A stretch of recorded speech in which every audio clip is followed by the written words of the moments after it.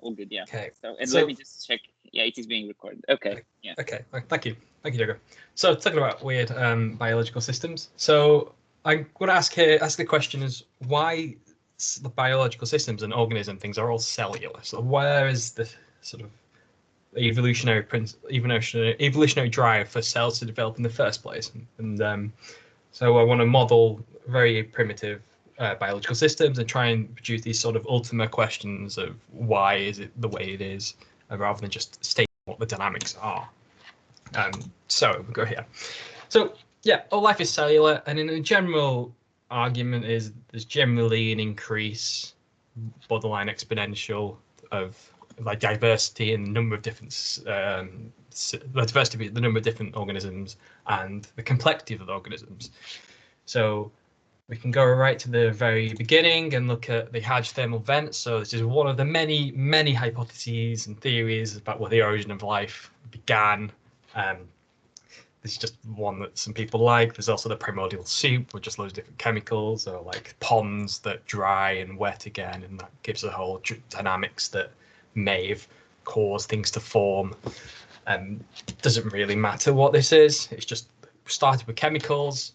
At some point, we had some very basic single-celled organisms forming, which essentially like photosynthesis, algae, and things like that. Eventually went on to bigger things like dinosaurs, which cohabit this little sliver of time here, and the Cambrian explosion, and this is where we get a massive, like closer to what you will view today. So life has gone through a series of mass extinctions and rapid expansions. So when photosynthesis came, the atmosphere was massively changed with oxygen rising, which again killed off a lot of other organisms that were more developed to CO2 and things like that.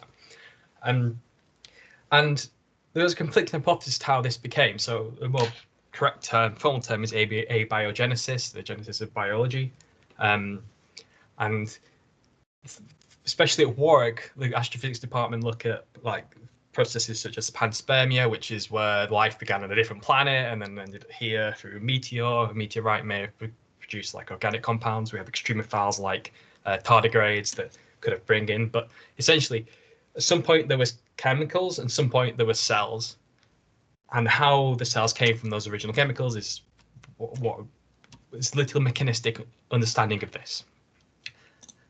Okay, so cellular life, we start with, so one way we could do is this like cellularization process. We started with chemicals and then some bigger chemical species evolved that, well, like compose together. So we can just keep sticking monomers together in like polymerization, things like that.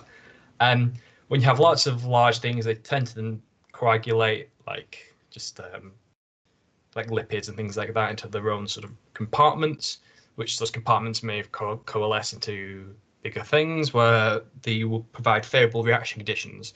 So much like if you get a ball of string and tie it up, you're more likely to get things stuck into it, especially like with electrostatics and things like that. So we can change the local chemical concentrations, local chemical dynamics and reactions based on just having these sort of meshes forming.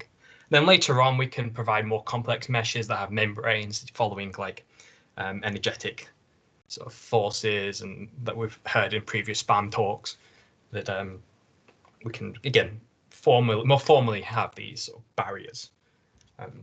But little is known about this process in biological terms. So we could look at more the extant life. So that's the current modern organisms. So at the far end of my exponential growth. Except if we look at the bottom plot, it's quite complex. It's a bit of a mess. This is the Homo sapiens sapien metabolic map. So these are the chemical reactions occurring within the cell. Except they're not. They are nodes on a small graph, D, that correspond to slightly bigger graphs, to a bipartite graph, which eventually corresponds to the actual chemical reaction that occur in the cell. So to model this and to go at this from a modeling perspective is kind of chaos. It's even worse when we look at the fact that we don't know the parameters. We don't know these reaction rates in general, their functions of the environment, things like that. So, and temperature. So, yeah, it's next to impossible to model things as is.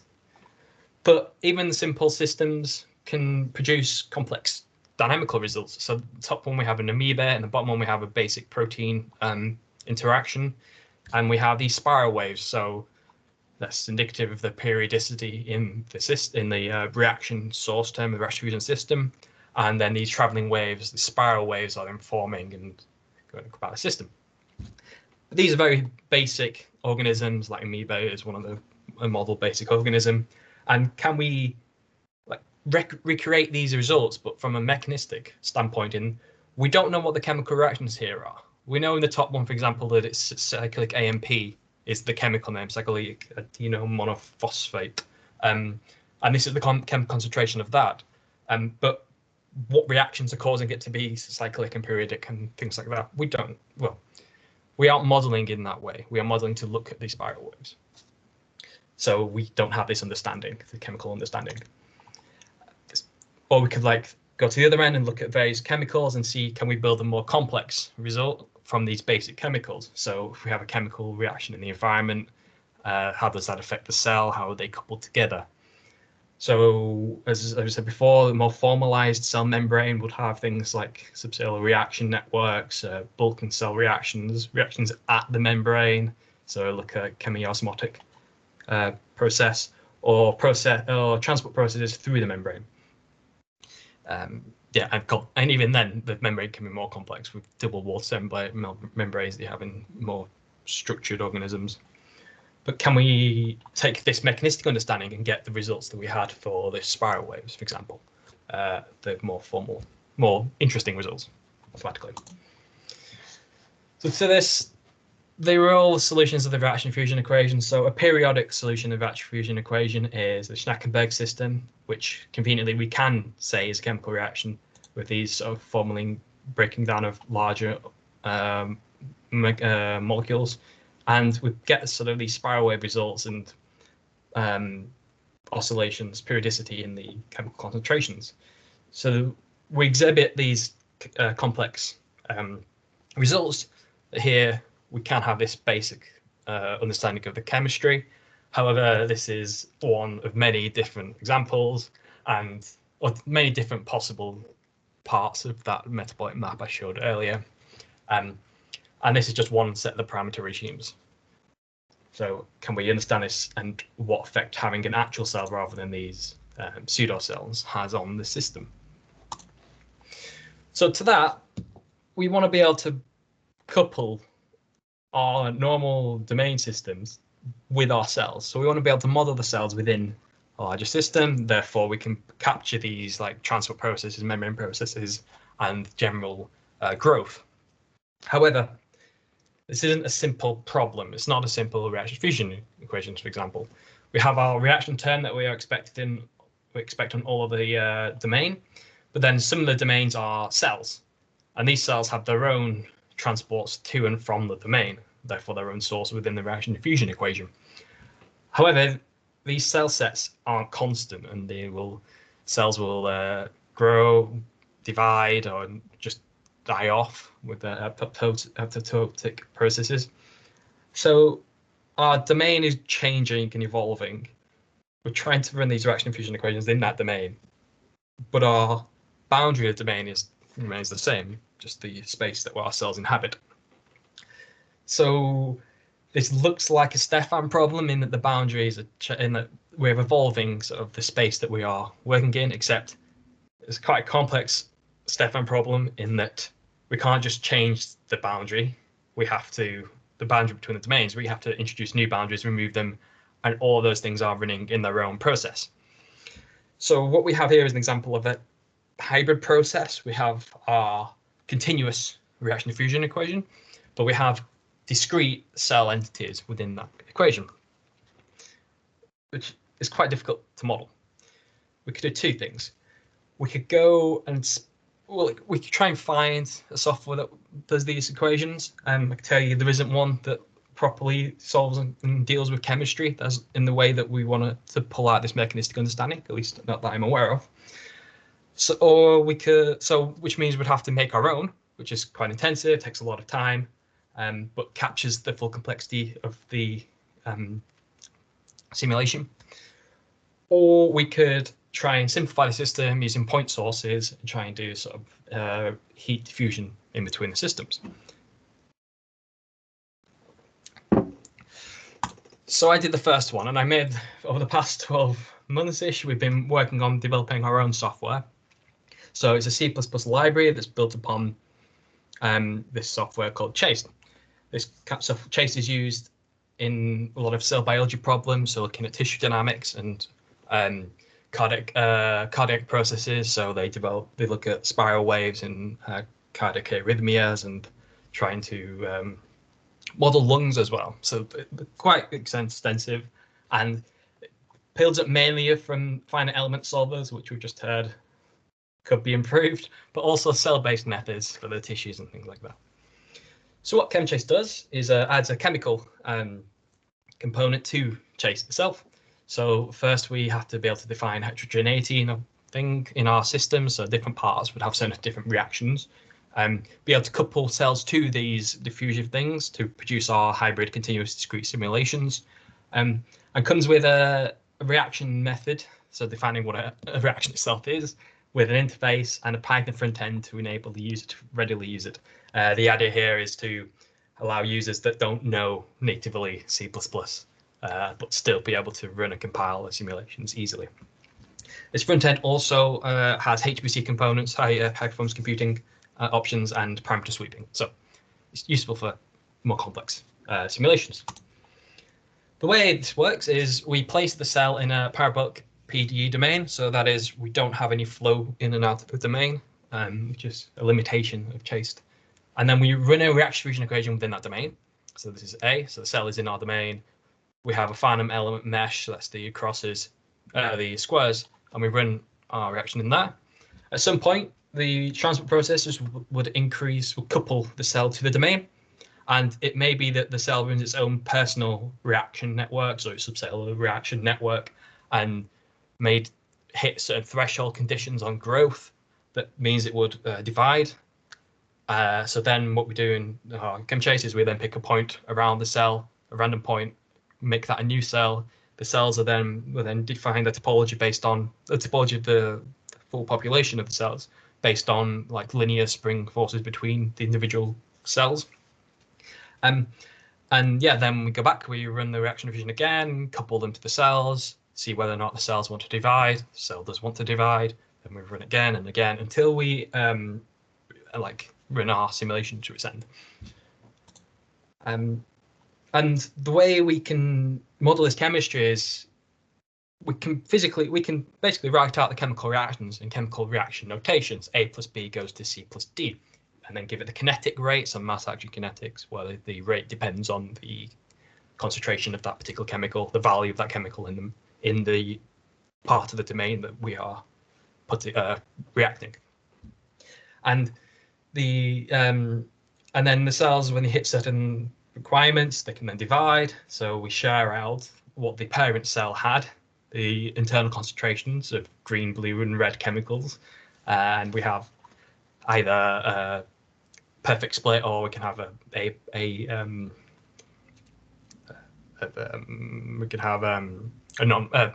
non-fair sharing. And then we can have speciation. So what you can find is each cell then runs its own reactions. Each cell would only be interested in certain parts of the environment. So we have this sort of changing of the cells, things like that. And we can run these simulations, and then without including cells, we can verify that the reaction continuous aspect of the hybrid continuous discrete simulation works by running our general rules. So this is the Schnackenberg, so it's 2D reaction, two chemical channels. So this is U and V. We run it in our system. We get some spatial patterning as is expected of the particular system we're looking at. And we can get this periodicity that we are looking for in our more complex dynamics. We can also run a general Fisher KPP equation. So this is the reaction diffusion equation with one channel and a logistic function sort of form at the end, with a carrying capacity set at 1 here. So we'll see that the reaction tends to 1 and then runs across as we are going across the full domain. This reaction itself, we have a blip in the middle, and that is due to there being an obstacle. That obstacle, shown on the bottom graph, is a whole cell itself. So we've got a cell within our domain that inhibits diffusion through it. So we have that mesh again, and that mesh is slowing down passage. So we have that as expected. And overall, what we're showing here is an example of a traveling wave. So we can recapitulate the complex dynamics again. We can have oscillatory dynamics, we can have traveling waves. Together, they are spiral waves in 2 dimensions. And we can see the wave progression throughout time. So it's all good. We can reproduce what we were expecting. It's possible to achieve these more complex results. However, we can now couple these cells to it. So starting at the top, we have put a single cell within here. The cell runs its own reactions and couples to the environment with transport reactions. We hit certain thresholds and the cell divides to divide, which is these splits here. The parent cell in these simulations is retaining 70%, so it's a non-fair sharing, with a smaller cell being sort of cut off from the main cell, the other cell. And we retain the chemical reaction traces that are expected with the particular kinetics I have written here. And we keep on going, and the cells move throughout the space just based on like crowding and sort of pushing away. Nothing really intelligent going on. But we get our expected results, which is very good, and that's quite good. However, we can make it more complex. So these cells here are directly interacting with the environment. And by that, I mean they can't produce their own material. So this is, in biological terms, is a therefore mechanism. So the cells excrete an enzyme. The enzyme then reacts with something in the environment and then couples to it. And that coupled thing, so sending out a molecule to grab something and then pull it back. And that's what these cells are doing. So we see E2 is this enzyme. So it's low and so it's and so it's high in the environment and then couples to our substrate, and then it gets brought back in the cell, as we see down here, and then eventually it grows. Okay, and we get these things here. So we have our enzymes gradually getting things, and then when they divide, they've been pushed into new areas, and then we have a new chemical concentrations open up. So, for example, ADP is within the cell. ADP reacts with something in the environment. It reaches a steady state, but then on splitting, we lose a portion of this ADP, which changes the reaction kinetics, and then we then sort of crash to a new equilibrium value. Steady state, I should say, equilibrium. So we can, and that's fine. We can do that, but we could have more complicated results. So this is an example of a cooperated effectors type system. So we have that thing again. So the cellular mechanism. So the parent cell, one of the cells, so cell B in this case, cell A on the bottom in this case, produces can use a lot of energy to produce a particular enzyme. It will then excrete the enzyme to grab onto something to bring it back to itself. However, that coupled complex, the enzyme and the substrate in the environment, could also diffuse over to the other cell, cell B, and then get taken in by cell B. And cell B can then use that to its own desires, which in this case, cell A will be a cooperator. It's spending time to make an effort and a cost to produce that enzyme, whereas cell B is a defector, doesn't bother spending all the time, cost, effort to produce that species, the chemical species. And eventually the species goes out, meets the substrate, reacts to the substrate, and then ends up getting split up between both cells, and then the process continues, and the cells then you burn that substrate, E2S, and produce their own sort of internal things, internal metabolisms. Okay. So we start with two cells, A and B. We have different concentrations of A and B. Rode a bit, and we see the environment, there's interaction with the environment, taking things out from the environment, giving things back. And eventually cell grows, so the cooperator benefits a lot more because it has more higher concentration of particular species. But when we look at the chemical traces, we can see that cell B, the defector, will grow as well, and has the chemical dynamics we would expect, and that cell A is also able to grow. Okay. So successful implementation of the cooperative effector within cells based entirely on the chemistry and interaction via the medium. And these sort of results you can't easily get with other simulation packages. Particularly this focus on the chemistry rather than the of adding cells to a chemistry rather than adding chemistry to cell simulations is quite novel in most software packages. So yeah, this chemical understanding we need to build for understanding abiogenesis and evolution. So we can't really get our big Tyrannosaurus rexes if we don't understand why the cells were first developed to control the local environment. We showed that extant organisms is not enough. We can't just look at the complex things we have currently and try and infer back. There isn't enough information, and we don't have any fossil records like we do for dinosaurs for the early Earth conditions. Whether or not life grew on Earth first, we don't even know that. So to fulfill this aim and to understand this chemistry, we've introduced this ChemChase system, this hybrid continuum discrete simulation software, and shown that the role of coupling with the environment, coupling the cells with the environment, we can pass chemicals between the cells within a population. This is useful for models of things like biofilms and other more complex systems in current biology. So with that, I want to say thank you to my supervisor and collaborator and the rest of the group over in biology that I work with, and ask if there is any questions. Thank you, Connah. Let me just stop recording now.